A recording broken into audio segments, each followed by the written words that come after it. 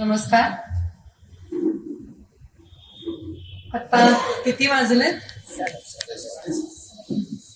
मला सलग 2.5 तास बोलायची सवय आहे, त्यामुळे मी वेळ विचारली. आपण 1.5 ते 1 तासामध्ये आजचा विषय थोडा समजून घ्यायचा प्रयत्न करणार आहोत. आज इथे श्रोत्यांमध्ये मला माझे अत्यंत जवळचे सगळे स्नेही दिसत आहेत, ज्यांनी माझा हा शैक्षणिक प्रवास पहिल्यापासून पाहिलेला आहे.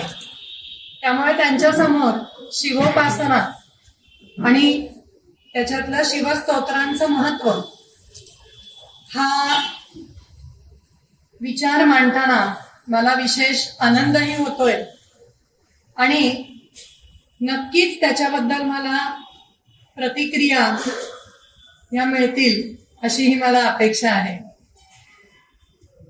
मुळातली मी संस्कृतची विद्यार्थिनी, त्याच्यामुळे कोणताही शब्द घेतला की त्याचं मूळ काय आहे हे आधी शोधून काढायचं. त्यामुळे शिवोपासनातला जो शिव आहे त्याच्यामध्ये वश हा धातू आहे असं सांगितलं जातं आणि त्या धातूचा अर्थ आहे प्रकाशन.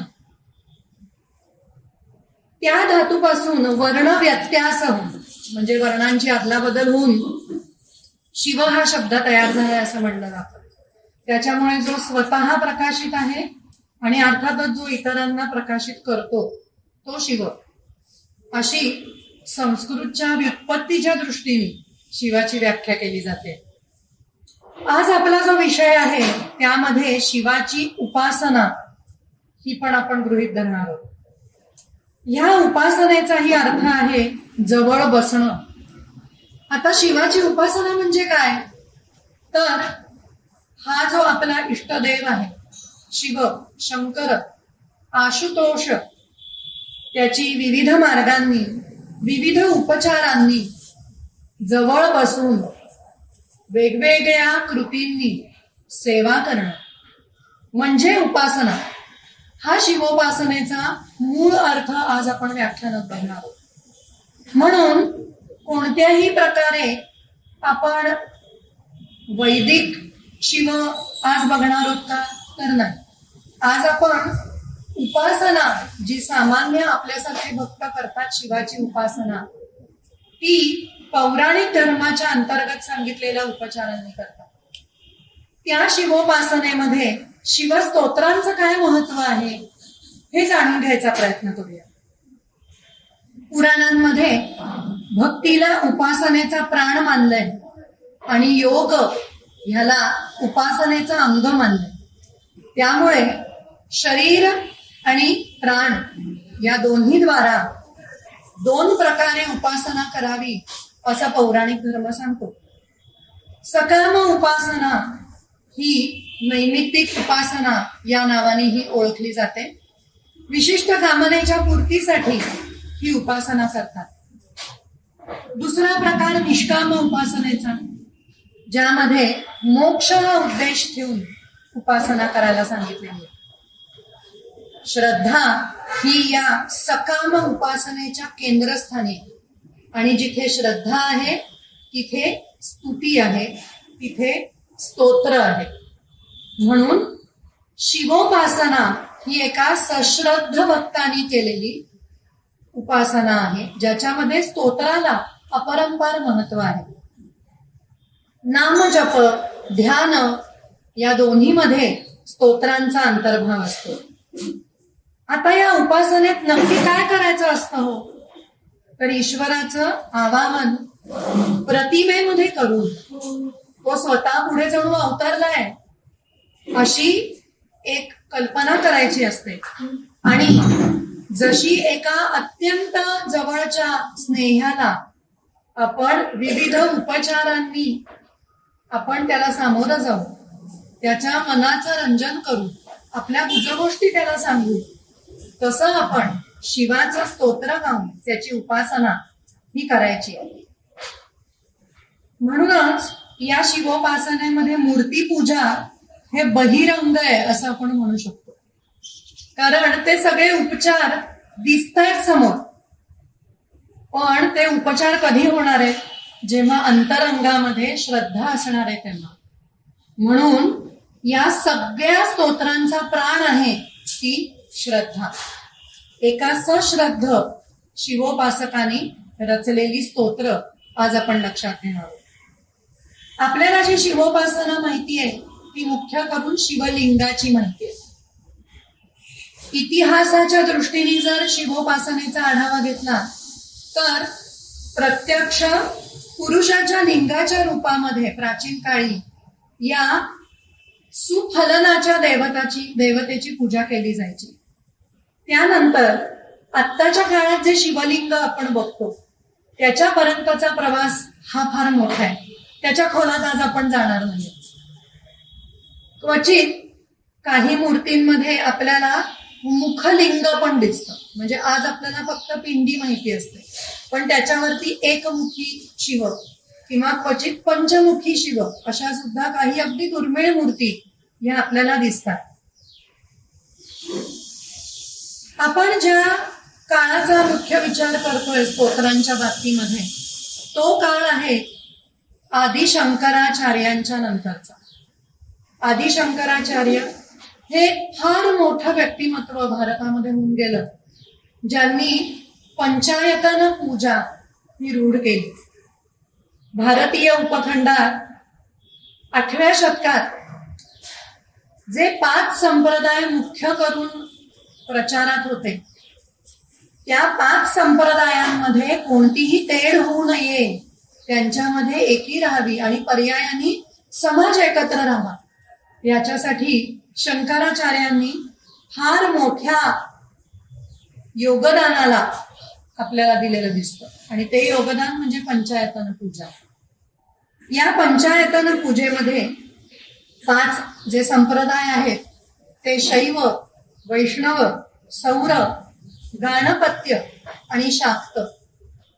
म्हणजेच शिव, विष्णू, सूर्य, गणपती आणि शक्ती या 5ही संप्रदायांमध्ये एक मेळ राहावा याच्यासाठी पंचायतन पूजा ही शंकराचार्यांनी रूढ केली. म्हणजे काय तर जसं आज आपण ज्या पवित्र मंदिरात उभे आहोत ते मुख्य करून शंकराचं मंदिर, त्यामुळे इथे आपल्याला शिवलिंग मुख्य गाभाऱ्यात स्थापित झालेलं दिसतं.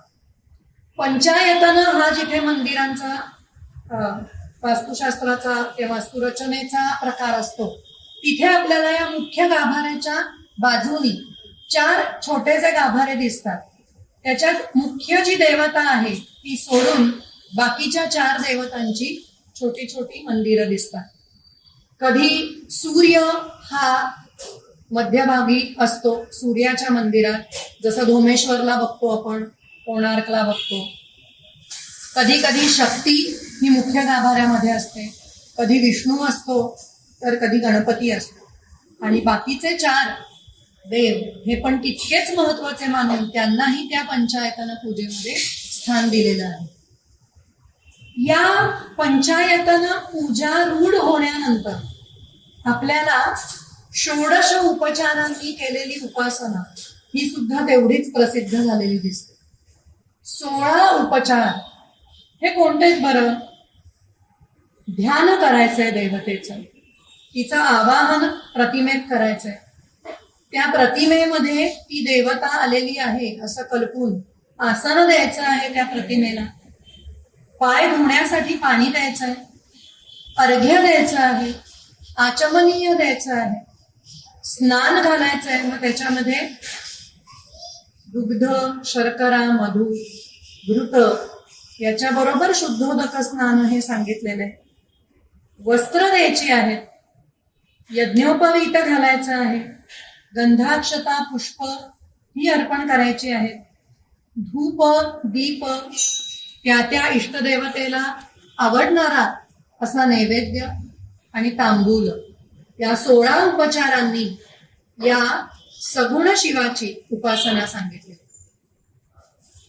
या उपासनेत स्तोत्रांचं काय महत्व आहे याच्याकडे आता म्हणूया. परत संस्कृत मूळ असल्यामुळे स्तोत्रामध्ये मूळ काय आहे हे शोधूया.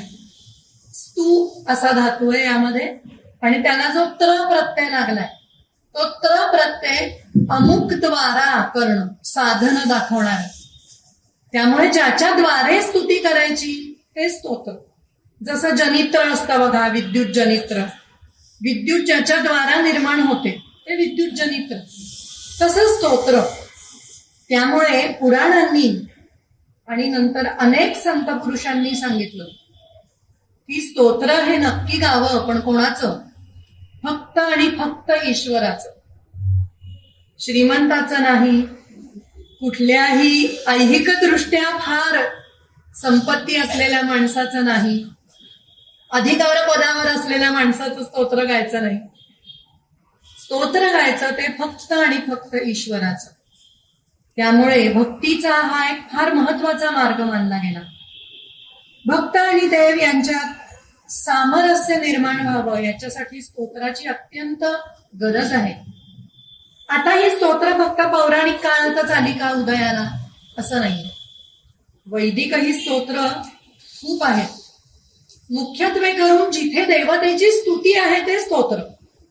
पण पौराणिक काळामध्ये याला एक स्वतंत्र रचना म्हणून मान्य करण्यात आलं. आता ती रचना काय आहे? आपल्याला मंगल श्लोक पण जवळजवळ प्रत्येकच ग्रंथामध्ये दिसतात. आमचे व्याकरणकार पतंजली तर सांगतात, प्रत्येक ग्रंथाची सुरुवात, प्रत्येक ग्रंथाचा मध्य आणि प्रत्येक ग्रंथाचा शेवट हा मंगलाने व्हायला पाहिजे. त्यामुळे मंगल श्लोक हा संस्कृत ग्रंथांचा हा अविभाज्य भाग असतो. पण मग ते स्तोत्र आहे का? नाही. मंगल श्लोक म्हणून 2 किंवा 3 अशा संख्येने आपल्याला श्लोक सापडतात. जिथे 5, 6, 7 किंवा त्याच्यापेक्षा जास्त संख्येने श्लोक आहेत आणि ते एका देवतेच्या स्तुतीपर आहेत, ते असतात स्तोत्र या संकल्पनेसाठी योग्य. या स्तोत्राचा महत्वाचा भाग आहे तो म्हणजे फलश्रुती. सकाम उपासना आहे हे विसरायचं नाही. त्यामुळे काय हवंय हे स्पष्ट पाहिजे. मला असं वाटतं आज जे आपण व्हिज्युअलायझेशन म्हणतो की नाही, मोठा शब्द आला की वाटतं हा आपल्याकडे फलश्रुतीने हे व्हिज्युअलायझेशन सांगितलं की मला काय हवंय म्हणून मी हे म्हणतोय, ही स्पष्टता आहे. म्हणून फलश्रुती हा फार महत्वाचा भाग स्तोत्रांच्या रचनेमधला समजला गेलेला आहे. पौराणिक स्तोत्रांमध्ये बऱ्याच ठिकाणी आपल्याला असंही दिसतं की या ऐहिक सुखांच्या पलीकडे सुद्धा मोक्षप्राप्ती हवी याच्यासाठी सुद्धा स्तोत्रांची रचना केलेली आहे. त्यामुळे त्या स्तोत्राची फलश्रुती ही फार महत्वाची समजली जाते. असा ऐतिहासिक आढावा सुद्धा घेतला जातो अनेक अभ्यासकांकडे की कुठल्या काळामधली फलश्रुती काय आहे, तशी त्या समाजाची गरज काय आहे, तशी त्या इष्टदेवतेकडून आपल्याला काय हवंय हे पण आपल्याला बदलतं स्वरूप दिसतंय. मगाशी सांगितलं तसं शिवमंदिरामध्ये आपण गेलो, गर्भगृहामध्ये मध्यभागी शिवलिंग आहे. आपण शुभ्र फुलं आणि बेल वाहून शंकराला नमन करतो. त्याच्या आधी शिवाचं वाहन असलेला नंदी आपल्याला दिसतो, त्यालाही प्रणाम करून आपण गर्भगृहात जातो. शंकराच्या पिंडीवरती जलपात्रातनं अभिषेक होत असतो आणि अतिशय धीर गंभीर अशा आवाजात कोणीतरी भक्त म्हणत असतो, ओम नमः शिवाय. हा षडक्षर मंत्र, 6 अक्षरी मंत्र, हा एक स्तोत्राचा प्रकारच आहे. देवतेचा जप आपण करतो त्याच्यामध्ये 5 अक्षर, 6 अक्षर, 7 अक्षर अशी जी असतात त्या प्रत्येक अक्षराला गुंफून स्तोत्र केलेलं असतं. बघा, ओंकार बिंदू संयुक्त नित्यं ध्यायन्ति योगिनः कामदं मोक्षदं चैव ओंकाराय नमो नमः. नमन्ति ऋषयो देवा नमन्त्यप्सरसांगणाः नरा नमन्ति देवेश नकाराय नमो नमः. महादेवं महात्मानं महाध्यानं परायणं महापापहरं देवं मकाराय नमो नमः. शिवं शान्तं जगन्नाथं लोकानुग्रहकारकं शिवमेकपदं नित्यं शिकाराय नमो नमः. वाहनं वृषभो यस्य वासुकी कंठभूषणं वामे शक्तिधरं देवं वकाराय नमो नमः. यत्र यत्र स्थितो देवः सर्वव्यापी महेश्वरः यो गुरुः सर्वदेवानां यकाराय नमो नमः. अशा षडक्षर मंत्र स्तोत्रानंतर मगाशी सांगितली ती फलश्रुती येते बघा. षडक्षरमिदं स्तोत्रं यः पठेत् शिवसन्निधौ शिवलोकमवाप्नोति शिवेन सह मोदते. या फलश्रुतीच्या काही इतर नमुन्यांचा सुद्धा विचार करूया. काही स्तोत्रांमध्ये या फलश्रुतीची विषम विभागणी सुद्धा दिसते. शिव कवच स्तोत्र म्हणून पण एक प्रकार, जसं रामरक्षा हे कवच आहे. कवच स्तोत्र हा एक स्तोत्राचा प्रकार आहे की ती योग्य प्रकारे स्तोत्राला उच्चारल्यानंतर ज्या लहरी तयार होणार आहेत त्या लहरींचं कवच हे शरीराभोवती तयार होणार आहे आणि ते चिलखतासारखं काम करणार आहे. त्यामुळे हे जे शिव कवच स्तोत्र आहे त्याच्यामध्ये एकूण 30 श्लोक येतात. त्याच्यामध्ये ब्रह्मा ऋषी अनुष्टुप छंद सदाशिव रुद्रो देवता वगैरे अशा पद्धतीने शिव कवच स्तोत्र 30 श्लोकांमध्ये येतं. पण पुढचे 15 श्लोक फलश्रुतीचे येतात. त्यामुळे काही ठिकाणी आपल्याला 1-2 श्लोकात नाही तर जेवढे श्लोक स्तोत्रात आहेत त्याच्या निम्म्या श्लोकांमध्ये सुद्धा फलश्रुती दिसते. स्कंद पुराणामध्ये ब्रह्मोत्तर खंडामध्ये हे शिवकवच स्तोत्र येतं. ऋषभ या ऋषींनी किंवा खरं तर राजांनी याचं पठण केलेलं आहे आणि स्तोत्राची फलश्रुती म्हणून ऋषभाला शंख खड्ग हे मिळालंय आणि त्याद्वारा त्यांनी शत्रू सैन्याचा पराभव केलेला आहे. मगाशी सांगितलं तसं की फल म्हणून काय काय हवंय तर इथे केवळ वैयक्तिक विचार आहे असंही नाहीये, तर समाजाच्या रक्षणासाठीची आयुध सुद्धा फल म्हणून इथे मिळवलेली आहे. या शिवस्तोत्रांच्या अभ्यासामध्ये असं दिसतं की अनेक कथा सुद्धा जाता जाता सांगितलेल्या आहेत. खरं तर शिवकथा सांगणं हा शिवस्तोत्रांचा उद्देश नाही, पण शिव म्हणल्यानंतर तो इतका अथांग आहे, इतका अमर्याद आहे की प्रत्येक जण आपल्या बुद्धीने त्याला गवसणी घालायचा प्रयत्न करतो. त्याच्यामुळे ज्याला तो जसा दिसतो तसा तो मांडला जातो. या शिवकथांचा संदर्भ हा शिवाची वेगवेगळी विशेषणं गुंफण्यासाठी केलेला आहे असं दिसतं. याचा आढावा घेताना आपण महिम्न स्तोत्रांचा विचार करूया. आपल्याला शिवमहिम्न हे स्तोत्र माहिती आहे. आपल्याला असं वाटतं की फक्त शिवमहिम्न स्तोत्र आहे, असं नाहीये. महिमन असा शब्द आहे यामध्ये. महिमन म्हणजे मोठेपणा, गौरव, महत्ता. महिम्न हा षष्ठी येते. महिम्याचं, गौरवाचं, मोठेपणाचं स्तोत्र. त्यामुळे शिवमहिम्न स्तोत्र हे पुष्पदंत यांनी लिहिलेलं आहे. अत्यंत अलौकिक असं हे स्तोत्र आहे. म्हणजे केवळ भक्ती मार्गाची उपासना करणाऱ्यासाठी म्हणून नव्हे, पण संस्कृत काव्यामधला सुद्धा एक अद्भुत नमुना म्हणून हे शिवमहिम्न स्तोत्र गणलं जातं. 31 श्लोकांचं हे स्तोत्र पूर्ण पुष्पदंतांनी रचलं का याच्याबद्दल विद्वानांमध्ये मतभेद आहे. कारण काही ठिकाणी ते शिलालेखांमध्ये त्रुटीत दिसतं आणि इथे ते संपलंय असंही लिहिलेलं दिसतं. पण आपण तिकडे आज विषय न्यायचा नाहीये. आपण या उत्कट स्तोत्रामध्ये शिखरिणी वृत्त वापरून कवींनी आपल्याला हे किती भावपूर्ण अशी स्तुती दिलेली आहे हे बघणार आहोत. सुरुवात कशी आहे बघा. महिम्न पारन्ते परम विदुषो यज्ञ सदृशी स्तुतिर्ब्रह्मादीनां अपि तदवसन्नास्त्वयि गिरः अथा वाच्य सर्व स्वमती परिणामावधी गृणन् ममाप्येष स्तोत्रे हर निरपवाद परिकरः. केवढं धीरगंभीर वृत्त या स्तोत्रासाठी वापरलंय बघा. कारण या स्तोत्राची जी रचना झालीय त्याची कथा सुद्धा तितकीच हृदयस्पर्शी आहे. या स्तोत्राच्या शेवटी ती कथा पण येते.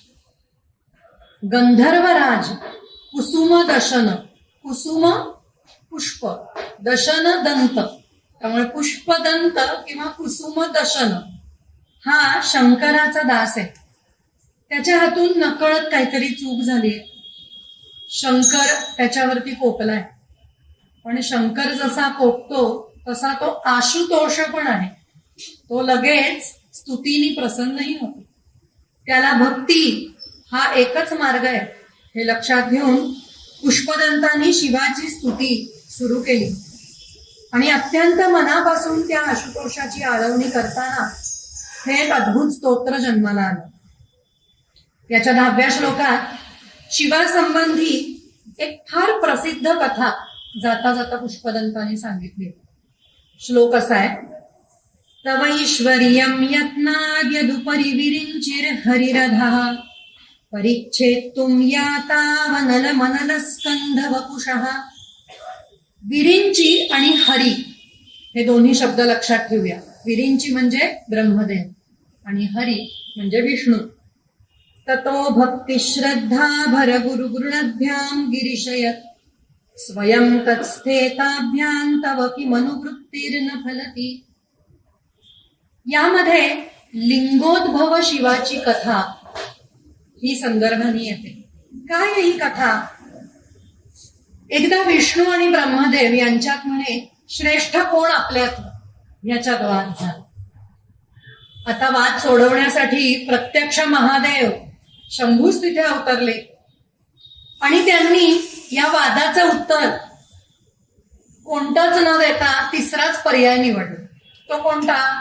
त्यांनी स्वतःच एका प्रचंड मोठ्या अशा ज्वाला रूपातल्या प्रकाशस्तंभाचं रूप घेतलं.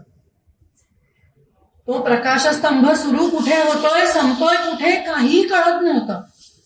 आणि त्यांनी विष्णूला आणि ब्रह्मदेवाला याचा आदी आणि अंत कुठे हे शोधा बरं असं सांगितलं. त्यावेळी विष्णूने घेतलं वराहाचं रूप आणि भूमी खणून ते खाली खाली खाली त्या प्रकाशस्तंभाच्या खाली जायला लागले. त्या ज्वालास्तंभाच्या वरती ब्रह्मदेव हंसाचं रूप घेऊन उडायला लागले. आणि तो स्तंभ रोवलाय कुठे आणि तो संपतोय कुठे हे शोधायला सुरुवात केली विष्णूनी आणि ब्रह्मदेवानी. पण त्या दोघांनाही याचा आदिही सापडला नाही आणि अंतही सापडला नाही. अशा या अनादी आणि अनंत अशा शिवाच्या अद्भुत सामर्थ्याचं ज्ञान ब्रह्मदेवाला आणि विष्णूला झालं. त्याचा उल्लेख पुष्पदंतांनी या श्लोकात बघा जाता जाता केलाय.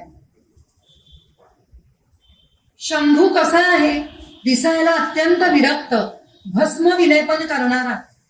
नुकत्याच मारलेल्या हरणाचा कातडं कमरेला गुंडाळलेला आहे. श्मशानामध्ये राहणार आहे. अशा या शंकराचं सामर्थ्य मात्र अफाट आहे, अमर्याद आहे. त्यांनी 10 तोंडांच्या रावणाचं गर्वहरणही सहजपणे केले. त्याचाही उल्लेख पुष्पदंताच्या याच महिम्न स्तोत्रात आहे बघा. अयत्नादापाद्य त्रिभुवनमवैरव्यतिकरम् दशास्यो यद्बाहून भृतरणकण्डूपरवशान् शिरः पद्मश्रेणी रचित चरणाम्भोरुहबले स्थिरायास्त्वद्भक्ते स्त्रिपुरहर विस्फूर्जितमिदम्. गोष्ट अशी आहे, एकदा दशानन रावण आपल्या पुष्पक विमानातून बसून स्वच्छंद विहार करत होता. हिमालयावरून जायला लागला. त्यावेळेला अचानक त्याचा विमानावरचा ताबा सुटला आणि पुष्पक जमिनीकडे धाव घ्यायला लागला. तिथे शिवगण जमा झाले आणि त्यांनी रावणाला सांगितलं की पुढे शिव आणि पार्वती यांचं निवासस्थान कैलास आहे. इथे कोणालाही प्रवेश नाही. त्यामुळे तुमचं पुष्पक विमान इथून पुढे जाऊ शकणार नाही. रावणच तो कितीही विद्या संपन्न असला तरी आत्यंतिक गर्व, त्याला भयंकर राग आला आणि पुष्पक विमानातून खाली उतरून त्यांनी नंदीला सांगितलं, विश्वामध्ये असं कोणीही नाहीये की जो मला थांबवू शकेल. कोण तुझा शंकर, तो मला थांबवणार? इतकं भयंकर गर्वयुक्त त्याचं वचन ऐकून सगळे शिवगणही घाबरले. नंदीलाही सुचेना याला कसं थांबवावं. या भावनेमुळे रावणाने शंकराला धडा शिकवायचं ठरवलं. तो पोचला कैलासाच्या पायथ्याशी. आपल्या प्रचंड बळकट अशा 10 बाहूंच्या द्वारा त्यांनी कैलास पर्वत उचलला आणि तो हलवायला सुरुवात केली. कैलासावरचे शिवगण गोंधळले, त्यांना कळेना काय चाललंय. आधी तर अधिक असं झालेलं नाही. पार्वती घाबरली. शिवाच्या मात्र लक्षात आलं काय झालं. त्रैलोक्याचं ज्ञान असणारे शंकर त्यांनी फक्त बसल्या जागी आपला पायाचा अंगठा कैलासावर दाबला. तेवढ्या त्यांच्या एका कृतीने रावणाच्या 10ही बाहूंवरती भयंकर वजन पडायला लागलं. त्याचे 10ही बाहू खूप वेदना करायला लागले. मग रावणाचे मंत्री रावणाजवळ आले आणि ते म्हणाले, महाराज असं करू नका. शिव हा अनादी आहे, अनंत आहे. त्याला तुम्ही काय धडा शिकवणार? हे अज्ञान सोडून द्या, गर्व सोडा, क्रोध सोडा, शंकराला शरण जा, त्याची स्तुती करा, तरच तो तुम्हाला याच्यातून वाचवेल. आणि मग असहाय्य रावणाने शिवाची स्तुती केली, जी आपण रावणकृत शिव तांडव स्तोत्र म्हणून आज ओळखतो. असं म्हणतात की 1000 वर्ष रावणाने ही स्तुती गायली आणि मग शिव त्याला प्रसन्न झाले. त्यांनी आपला दाबलेला अंगठा काढून घेतला आणि रावण हा लंकेत जाऊ शकला.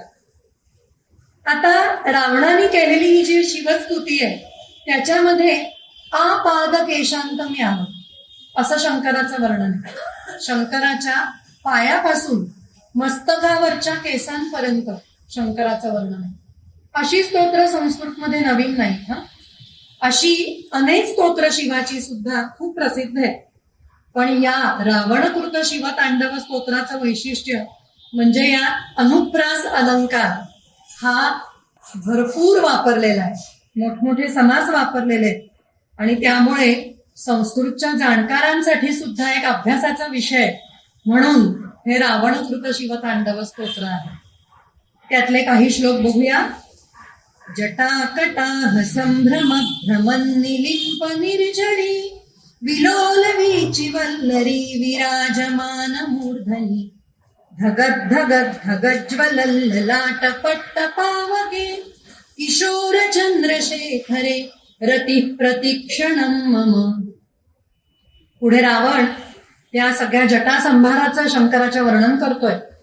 तो म्हणतोय, जटाभुजंग पिंगल स्फुरत फणामणि प्रभा कदंब कुंकुमद्रव प्रलिप्त दिग्वधूमुखे. हा सगळा एक समास आहे बर का.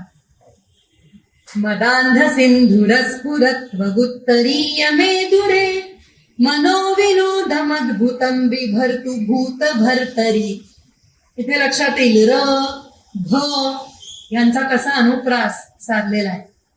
आता शंकराने कोणकोणत्या दुष्टांचा नायनाट केलाय हे सांगताना पुढे रावण म्हणतोय, प्रफुल्ल नील पंकज प्रपंच कालिमच्छटा विडंबि कंठ कंधरा रुचि प्रबंध कंधरम स्वरच्छिदं पुरच्छिदं भवच्छिदं मखच्छिदं गजच्छिदांधकच्छिदं तमंतकच्छिदं भजे. जाता जाता शंकराच्या पराक्रमाचं केवढं वर्णन इथे रावण करतोय बघा. आणि एका पराक्रमी पुरुषाने केलेलं वर्णन आहे हे विसरून चालणार नाही. त्रिपुरासुर दक्ष यज्ञ विध्वंस गजासुर नाश अंधारासुर वध या सगळ्यांचा इथे आपल्याला उल्लेख केलेला दिसतो. या शंकराने या सगळ्यांचा नाश तर केलेलाच आहे, पण या भवसागराला सुद्धा भेदून त्यांनी मृत्यूदेवतेला सुद्धा पार केलेलं आहे असं रावण म्हणतो. शंकराच्या वेगवेगळ्या स्तोत्रांमध्ये एक महत्वाचा उल्लेख म्हणजे 12 ज्योतिर्लिंगांचा. मगाशी जो लिंगोद्भव शिवाचा मी उल्लेख केला त्याच्यातूनच या 12 ज्योतिर्लिंगांची कल्पना पुढे आलेली आहे. या 12 ज्योतिर्लिंगांची स्थानं ही भारतात सर्वत्र पसरलेली आहेत. त्यामुळे त्या 12 स्थानांचा नुसता उल्लेख करणारे प्रातस्मरणातले श्लोक पण आपल्याला माहिती आहेत. पण प्रत्येक ज्योतिर्लिंगाचं नामस्मरण करून त्याचं महत्व सांगून त्याचं स्थान आणि महात्म्य सांगणारं एक 12 ज्योतिर्लिंग स्तोत्र म्हणूनही प्रसिद्ध आहे. सौराष्ट्र देशे विशदे तिरम्ये ज्योतिर्मयं चंद्रकलावतंसं भक्तिप्रदानाय कृपावतीर्णं तं सोमनाथं शरणं प्रपद्ये.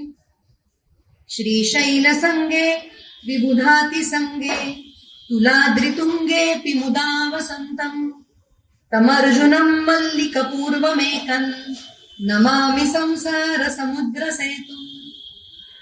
इथे आपल्या उच्चारणाची पण कसोटी आहे. त्यामुळे स्तोत्रांचा भक्ती हा एक उद्देश असेल, उपासना हा एक उद्देश असेल, पण वाणी शुद्ध राहावी हा एक महत्वाचा उद्देश या स्तोत्रांनी साधलेला आहे. या 12 ज्योतिर्लिंग स्तोत्रात सोमनाथ, मल्लिकार्जुन, महाकाल, ओंकार मांधाता, वैद्यनाथ, नागनाथ, केदारनाथ, त्र्यंबकेश्वर, रामेश्वर, भीमाशंकर, विश्वनाथ, घृष्णेश्वर अशा 12ही स्थानांवरच्या ज्योतिर्लिंगांचा महिमा सांगितलेला आहे. अजून एक, जेव्हा नेहमी शिवस्तोत्रांचा उल्लेख येतो तेव्हा फारसं कोणाला माहिती नसलेलं असं एक शिवसहस्रनाम पण आपल्याला महाभारतामध्ये दिसतं. महाभारतातच विष्णू सहस्रनाम येतं. सहस्रनाम ही स्तोत्रांची रचनाच महाभारत कालापासून पुढे प्रसिद्ध झालेली दिसते. या शिवसहस्रनामाचं वैशिष्ट्य म्हणजे यात फलश्रुती आधी येते आणि मग प्रत्यक्ष स्तोत्र येतं.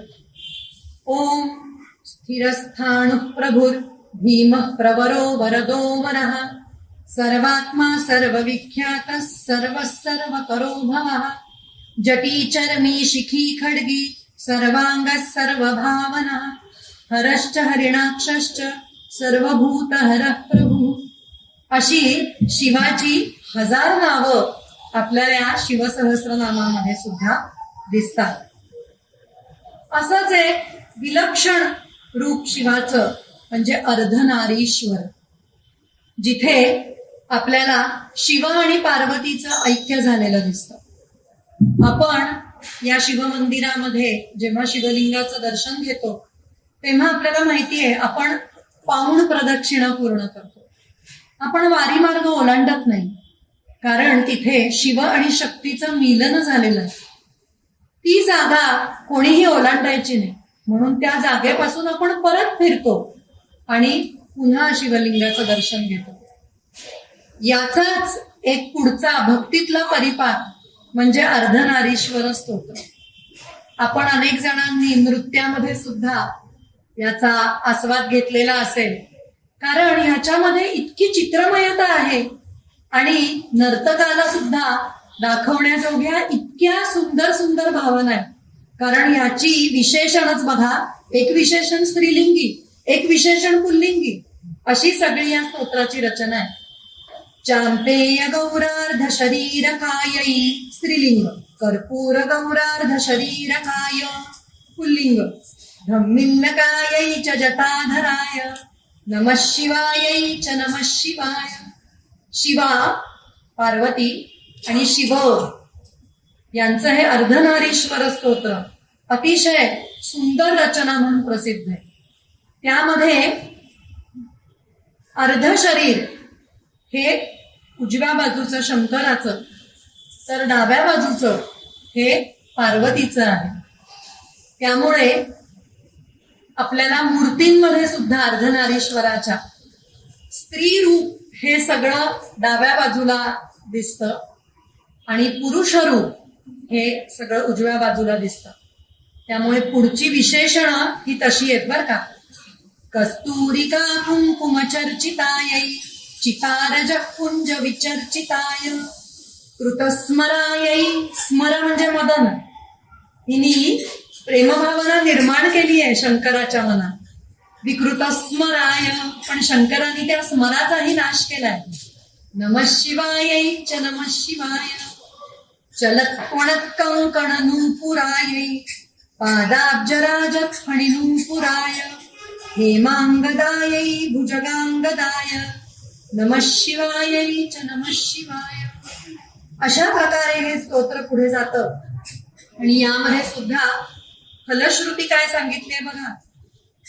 एतत् पठेदष्टकमिदमिष्टदम्यो भक्त्या समान्यो भुवि दीर्घजीवी प्राप्नोति सौभाग्यमनन्तकालम् भूयात् सदा तस्य समस्त सिद्धिः. म्हणजेच संसाराची दोन्ही चाकं ही उत्तम जर तुम्ही निभावलीत तर दीर्घ जीवन सुद्धा तुम्हाला मिळणार आहे. हेच कदाचित या स्तोत्राच्या फलश्रुतीतून सांगण्याचं असा. या सगळ्या प्रवासामध्ये हे सगळं बाह्यरूप झालं. आता याच्यामध्ये शिवाच्या आयुधांचं तपशीलवार वर्णन आलं. अनेक स्तोत्रांमध्ये शंकराच्या विषयी प्रसिद्ध असणाऱ्या वेगवेगळ्या पौराणिक कथा पण आपण बघितल्या. सगळ्याचा मागोवा घेताना एक चित्र तुमच्याही समोर स्पष्ट झालं असेल की ही शिवस्तोत्र म्हणजे फक्त शंकराची स्तुती नाही, त्याच्यात फक्त त्याच्या महत्तेचं वर्णन नाही. ही सगळी शिवस्तोत्र ही संस्कृत साहित्यातला सुद्धा फार मोठा अमोल असा ठेवा आहे. वेगवेगळी वृत्त, अनुप्रास वगैरे वेगवेगळे अलंकार याच्याद्वारा रोजच्या जीवनामध्ये सुद्धा आपण ही संस्कृत भाषा अनेक शतकं, अनेक सहस्रक जपलेली आहे. हेच याच्यातनं आपल्याला समजून घ्यायचंय. आता ही स्तोत्र फक्त शिवाच्या बाह्य रूपाच्या वर्णनापुरती मर्यादित नाही.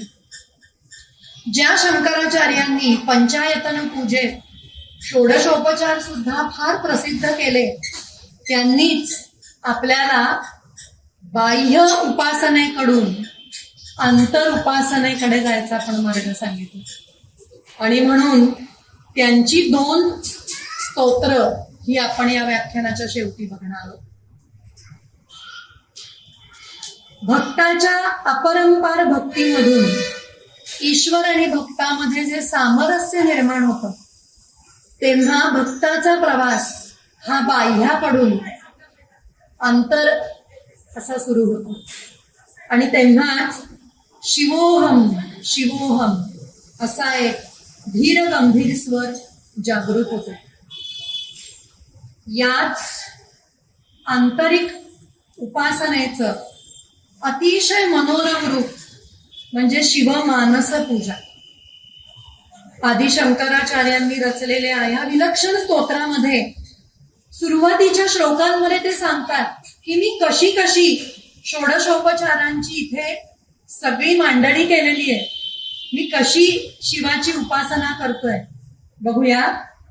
रत्नै कल्पितमासनं हिमजलै स्नानं च दिव्यांबरं नानारत्न विभूषितं मृगमदामोदांकितं चन्दनं जाती चंपक बिल्वपत्र रचितं पुष्पं च धूपं तथा दीपं देवदयानिधे पशुपते हृत्कल्पितं गृह्यताम्.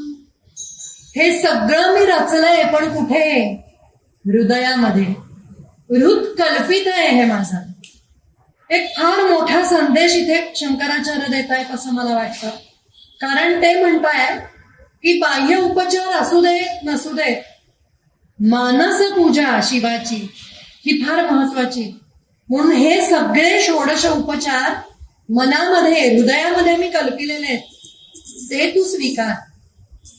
सौवर्णे नवरत्न खंड रचिते पात्रे घृतं पायसं भक्षं पंचविधं पयोदधियुतं रंभाफलं पानकं शाकानामयुतञ्जलं रुचिकरं कर्पूरखण्डोज्ज्वलं ताम्बूलं मनसा मया विरचितं भक्त्या प्रभो स्वीकुरु. हे सगळं मी माझ्या मनामध्ये कल्पिलेलं आहे, माझ्या डोळ्यासमोर आहे, ते तू स्वीकार. छत्रञ्चामरयोर्युगं व्यजनकं चादर्शकं निर्मलं वीणाभेरी मृदङ्गका हलकला गीतं च नृत्यं तथा साष्टाङ्गं प्रणतिस्तुतिर्बहुविधा ह्येतत् समस्तं मया संकल्पेन समर्पितं तव विभो पूजां गृहाण प्रभो. यामध्ये षोडशोपचारांबरोबर रंगभोग हा पण फार महत्वाचा दाखवलाय बघा. विविध भजन, विविध प्रकारे नृत्यातून आळवणी ही सुद्धा शंकराची उपासना सांगितलेली आहे. याच्या पुढच्या श्लोकामध्ये शंकराचार्य या मानस पूजेचं सार सांगताय. ते म्हणताय, आत्मात्वम गिरिजा मती, तू माझा आत्मा आहेस, पार्वती बुद्धी आहे, सहचरा प्राणा, तुझे जे सहचर आहेत, तुझे जे गण आहेत ते माझे प्राण आहेत. शरीरं गृहं, तुझं घर म्हणजे माझं शरीर आहे.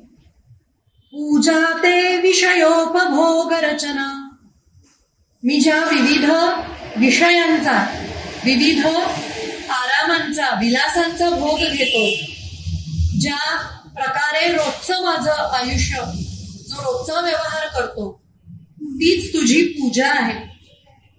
निद्रा समाधी स्थिती, माझी निद्रा ही समाधीची स्थिती आहे. संचार पदयो प्रदक्षिण विधी, मी माझ्या दोन पायांनी जे चालतो ना, ती तुलाच प्रदक्षिणा करतो. स्तोत्राणि सर्वा गिरो, माझं प्रत्येक बोलणं हे तुझं स्तोत्र आहे. यद्यत् कर्म करोमि तत्तदखिलम् शंभो तवाराधनम्, आणि मी जे जे काही कर्म म्हणून करतो ती सगळी तुझी आराधना आहे शंकरा. खरंच अशी भावना आपण मनात ठेवली तर वेगळ्या बाह्य उपचारांची गरज काय. म्हणूनच करचरण कृतं वा कायजं कर्मजं वा श्रवण नयनजं वा मानसं वापराधं विहितम् अविहितं वा सर्वमेतत् क्षमस्व. जय जय करुणाब्धे श्री महादेव शंभो.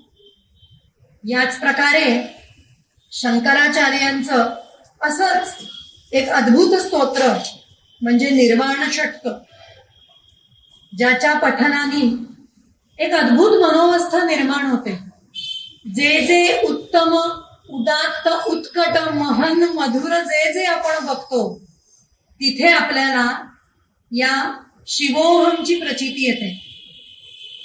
मनोबुद्ध्यहंकार चित्तानि नाहं न च श्रोत्रजिह्वे न च घ्राणनेत्रे न च व्योम भूमिर्न तेजो न वायुः चिदानन्दरूप शिवोऽहं शिवोऽहम्. न च प्राणसंज्ञो न वै पञ्चवायुर् न वा सप्तधातुर्न वा पञ्चकोशः न वा पाणिपादं न चोपस्थपायु चिदानन्दरूप शिवोऽहं शिवोऽहम्. न मे द्वेषरागौ न मे लोभमोहं मदो नैव मे नैव मात्सर्यभावः न धर्मो न चार्थो न कामो न मोक्षः चिदानन्दरूपः शिवोऽहं शिवोऽहम्. न पुण्यं न पापं न सौख्यं न दुःखं न मन्त्रो न तीर्थं न वेदा न यज्ञाः अहं भोजनं नैव भोज्यं न भोक्ता चिदानन्दरूपः शिवोऽहं शिवोऽहम्. न मृत्युर्न शङ्का न मे जातिभेदः पिता नैव मे नैव माता न जन्म न बंधुर्न मित्रं गुरुर्नैव शिष्यः चिदानन्दरूपः शिवोऽहम् अहं निर्विकल्पो निराकाररूपो विभुत्वाच्च सर्वत्र सर्वेन्द्रियाणाम् न चासङ्गतन्नैव मुक्तिर्न मे यश्चिदानन्दरूपः शिवोऽहम् चिदानन्दरूपः शिवोऽहम् असा हा बाहेरून आतला भक्तीचा प्रवास त्या परमदयापूर्ण भक्तांच्या हाकेला धावणाऱ्या शिवानं आपल्या सगळ्यांवरती कृपादृष्टी ठेवावी हीच त्याच्या चरणी मी आज प्रार्थना करते. आयोजकांचे आणि माझा आवाज आपल्यापर्यंत उत्तमरित्या पोचवणाऱ्या सर्व व्यवस्थापकांचे मनापासून आभार. आपणा सर्व उपस्थितांचे मनःपूर्वक आभार. ओम तत्सत. शिवार्पणम्.